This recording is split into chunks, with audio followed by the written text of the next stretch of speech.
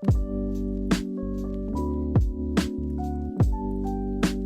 everyone, welcome back to my channel. It has been a minute since I filmed a YouTube video. I feel like by the time this goes up it will have been almost 2 months, which is crazy for me because I don't tend to take these like big YouTube breaks. But as you know, at the end of last year I was really struggling with what I wanted to do with my YouTube channel going forward, if I was even gonna continue at all. And after taking some time off, I decided that I obviously want to come back. I probably won't post as regularly as I was last year, but I do plan on hopefully making lots of exciting content for you guys and continuing to share my life with you online. So after a break like this, I was still like a Q&A video is kind of helpful to get back into the swing of things. It's quite an easy format to do, and also just catch you guys up on my life because I do these kind of every 6 months. The last one was actually the start of August. I don't feel like a ton has changed in that time for me, but you guys had a lot of questions, so we're gonna go through and answer them now. I feel like I'll start right off the bat with the general like, how are you? How is life? How are you feeling in general? There was a bunch like that. Also, some people were just saying that they missed my videos, which was really, really sweet, and I really appreciate that. In terms of how I'm doing, I will say that it's just been a classic January. Like, the mood has not been a 10 out of 10. It hasn't been a 2 out of 10, but like we're somewhere in the middle there. There have been some fun times, but obviously it's just the classic start of the year stuff. Like, the days are shorter and darker, and there's kind of like less to look forward to. It's colder, obviously. It's been really, really cold in England, so it's harder to just kind of like produce your own serotonin, I guess. I feel like I did definitely need a break from YouTube, and it was actually quite nice. I deleted the YouTube Studio app off my phone completely, the one that like tracks your analytics and tells you how well you're doing and like what kind of videos you should be making less of and more of, which obviously I know Disney videos are going to perform the best, but I don't live near a Disney park, so I can't do that all the time. So I feel like a break was necessary to kind of like reassess, but also just spending more time offline and being present in the moment and not whacking out the vlog camera all the time. One good thing that has come out of January though, I feel like I've finally got into a good routine. So I'm someone who really overbooks their schedule, will never say no to a suggestion of a plan. But over the last few weeks, and I'm not gonna get carried away because it's only been about 3 or 4 weeks, I've been in a good routine of like going to the gym 2 or 3 times a week. I then have a couple nights a week where I meet friends. My weekends are always busy, and then I have one night which is kind of like completely for me, going to the cinema or just chilling at home, which I have not normally been very good at prioritizing. It almost feels selfish to spend time alone when I know there are people out there that I could be spending time with and just having fun together. But I also think it's really important to learn to be alone and to be comfortable doing that. So I'm not afraid to go to a coffee shop and sit and read by myself. Also, reading, something I've been doing a lot of, we'll come to that later. But yeah, I feel like this has been an important January. I'm ready to see the back of it, but I feel like it has been beneficial in some ways. Something I have been enjoying is reading, and someone said, what is the best book you've read so far this year? Someone else said, could you film a book video? And then another person said, what's your name on Goodreads? I love reading too, and I would love to add you. Last year I had a goal to read 24 books in the year, and actually just about made it, and this year I was like, I'm gonna step it up and do 25. But I've actually read 6 books already this year, which is crazy for me. I feel like I've just been powering through, using my 1 hour commute to get through those books, and I've read a bunch of really good ones. So the first one I read was Carrie Soto is Back by the iconic Taylor Jenkins Reid. I'm a big fan of hers. I want to gradually get through all her books, but I'm almost like not allowing myself to purchase the entire collection because I don't want to read them too fast. I know I love everything she's written, Daisy Jones and The Six, and obviously Seven Husbands of Evelyn Hugo. I don't want them to be over. So that was the first book I read, and then if we just kind of look over here, these are my piles. So the pile that's like really full is the one I've read, and the one next to it is still to be read. As you can see, we've made some good progress, but the best book I have read so far this year, I'll just twist you back again into the center, has been The Opposite of Butterfly Hunting by Ivana Lynch. I will say right off the bat, big trigger warning here. Obviously it is an anorexia memoir. Like, the whole thing is her life but related back to eating disorders, and obviously when you have an ED it's basically your entire life, so it kind of makes sense that this book is all about that. I didn't expect it to kind of like go as intensely detailed as it does. I will say she does a great job of not glamorizing the whole thing, and it is quite shocking in parts. And I will say, if you are currently struggling or only recently recovered, I would avoid reading it because there were parts that I found quite tricky to read, you know, thoughts resurfacing. But if you've never struggled with that kind of thing, or you feel like you're in a place where you can handle it, I would 100% recommend it. It's such a good book, and it has a really beautiful message right at the end. The title didn't make sense until the final epilogue, and I just thought it was so beautiful the way it all wrapped it up. Huge fan of this book. I'll also drop my Goodreads username down below if you want to follow me, become friends. I'm always looking for more recommendations as I'm powering through. So then a lot of the questions are around future travel and upcoming Disney trips. I feel like that's probably about 25% of the questions, to be honest. So let's go through my travel itinerary for this year because it's looking pretty exciting. exciting. In a few weeks time I'm going to Disneyland Paris with my mum, and I'm so excited because I haven't seen the 30th anniversary stuff yet. We're getting in just before like the end of the official actual 30th. I know the celebrations go through till September, but like I wanted to be there in the 30th year. So there's the new drone show, Avengers Campus is new. I'm hoping there'll be a few 30th treats. Paris is not great on the foodie front, but I'm gonna do my best to find what I can. I'm also so excited to be going with my mum because after me, she's the person in our family that loves Disney the most, and it'll be so lovely to spend time with her. And she hasn't been to Paris since 2018. I think that trip was when I was on the bus and we were going back to our hotel and I hit 2,000 subscribers and I was so excited. Good times. I will be vlogging all of that trip because I'm so excited to be back in Paris. Probably gonna be cold and cloudy and won't look the most like aesthetic, but I'm just excited to get some magic in my life during this winter period. And then have a little break from the magic. In April I'm going to Venice with my boyfriend Sam, which is high on my bucket list of places to visit. I love Italy and so many people have been to Venice and loved it, so that is coming up over my birthday. I'm hoping to do a couple little trips in the summertime, just like long weekends. And then right at the end of August is my Disney cruise. I'm going on the Disney Dream, just departing out of Southampton port. It's the one that goes to Spain for a day, but honestly I'm just here for the cruise magic. Speaking of, I went on the Disney Magic at Sea,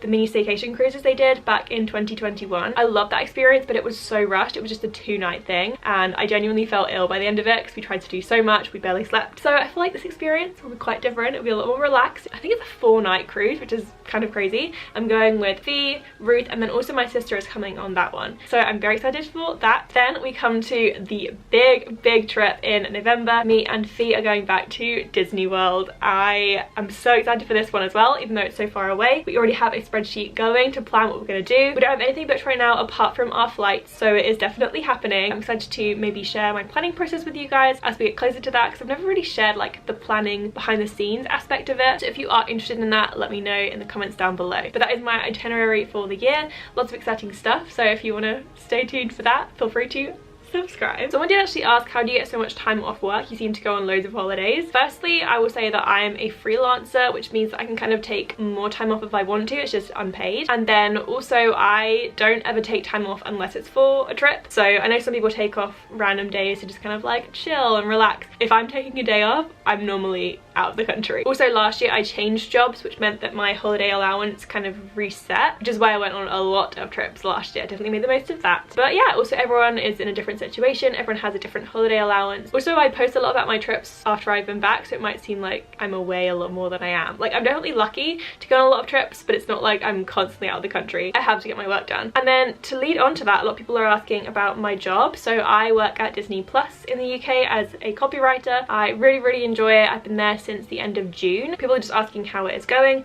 Someone did say, how much longer are you at Disney Plus? Did it become a permanent role? So my contract was originally for 6 months from June through to the end of December, and it did get extended through to the end of March. So please keep your fingers crossed for me. I get another extension because I would love to stay and make magic for a bit longer. Obviously we don't know right now with the way the world is. There's no kind of guarantee of anything like that, but please send the pixie dust vibes my way. It's a really enjoyable role. Obviously I got to write about all the content that we create. I am in charge of customer communications, so that basically means I write the copy for emails, push notifications, out of home strap lines, any kind of material that helps sell our brand and shows to the audience. I will be writing. I don't write for the service though. A lot of people think that I am writing the descriptions on Disney Plus. That normally comes from like the production team in charge of that show. That is not me if you think you're clicking through Disney Plus reading my words. Unfortunately not, but I'm across everything else. Someone said, favorite project that you have worked on at Disney Plus, if you are allowed to say. I really enjoyed working on the Christmas campaign. I was in charge of like the tagline for that. Anywhere you saw our big billboards, there was a line like entertaining everyone this Christmas, which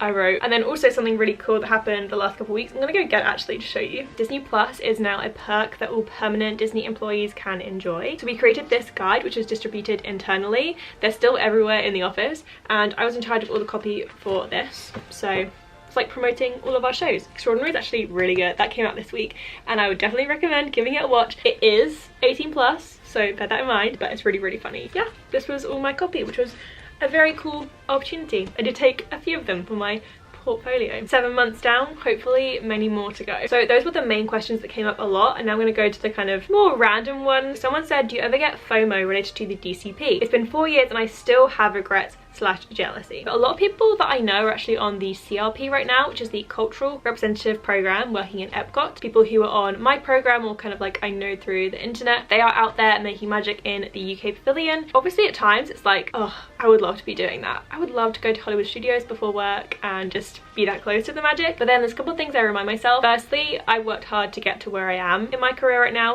and I'm not just gonna like, not throw it all away, but I don't want to just trade that in to go do another program. I feel like I'm at a good place in my career and there's not really any point for me doing that right now. I would rather do the job that I do and go to Disney for a holiday than be living there full time. Like, I'd love to live there and do my job, but that's not realistic. Also, I'm just not made for the lifestyle anymore. Thinking about having shifts that finish at 12, 1 a.m.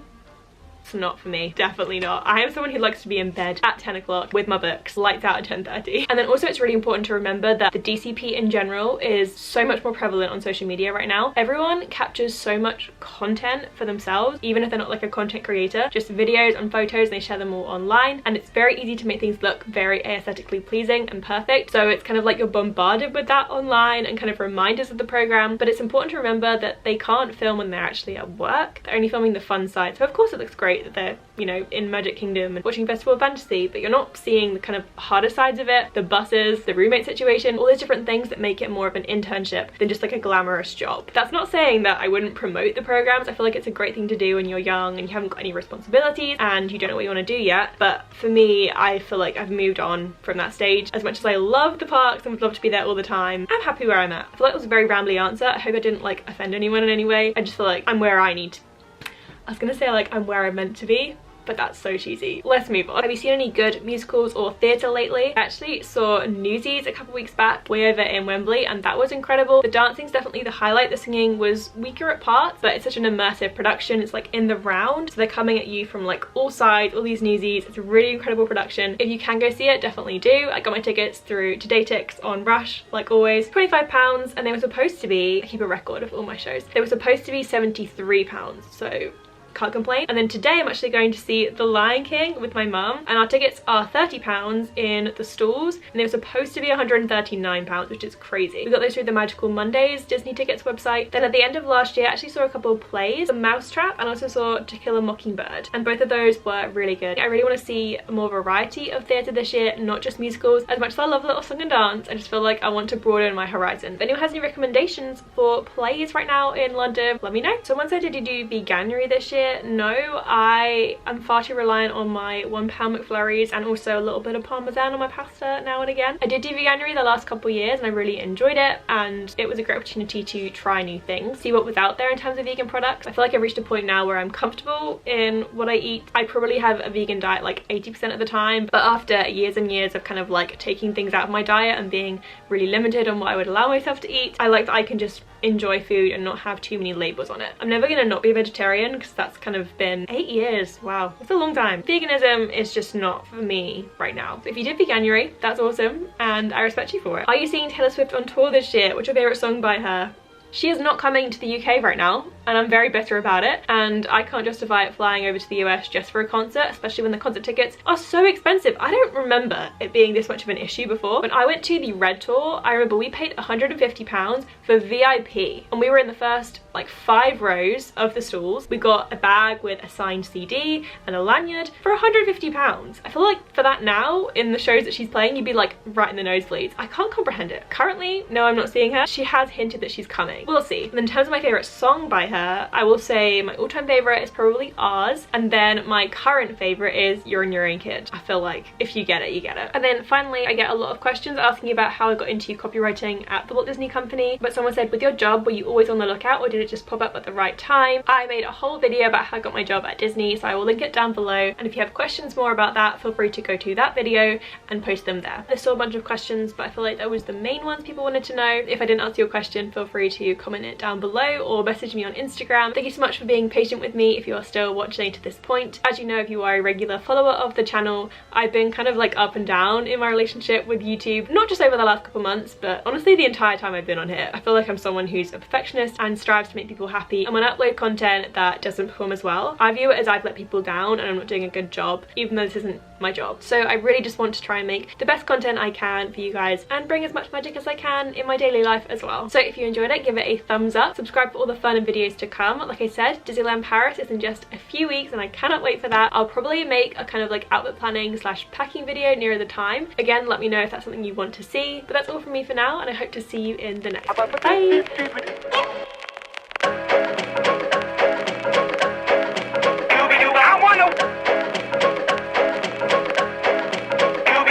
Now I'm the king of the swingers, oh, the jungle VIP. I've reached the top and had to stop, and that's what's